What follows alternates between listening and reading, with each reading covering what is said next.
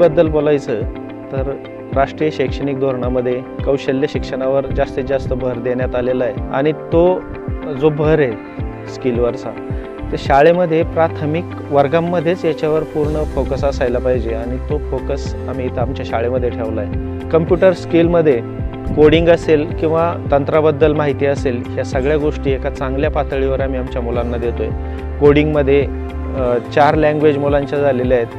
आमच्याच गावातील एक दीदी येऊन ह्या लँग्वेज आमच्या मुलांना शिकवते.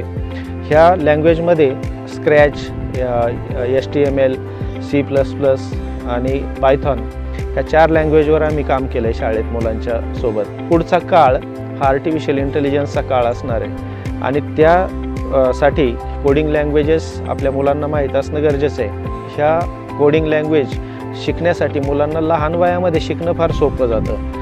सुरुवात करत असताना स्क्रॅच म्हणून जी ब्लॉक कोडिंग लँग्वेज आहे तिच्यावर सुरुवात करायची. एकदा मुलांना याचा अंदाज आला की त्यानंतर HTML, त्यानंतर C++ आणि finally Python.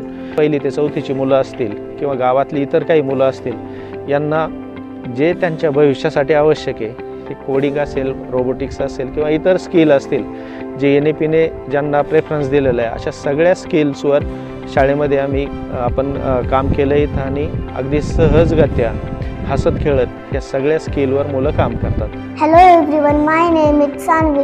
Coding programming help us to discover the technological world and surely in future we're going to be at highlighting place and this is how we code our future too. Hello, my name is Parth.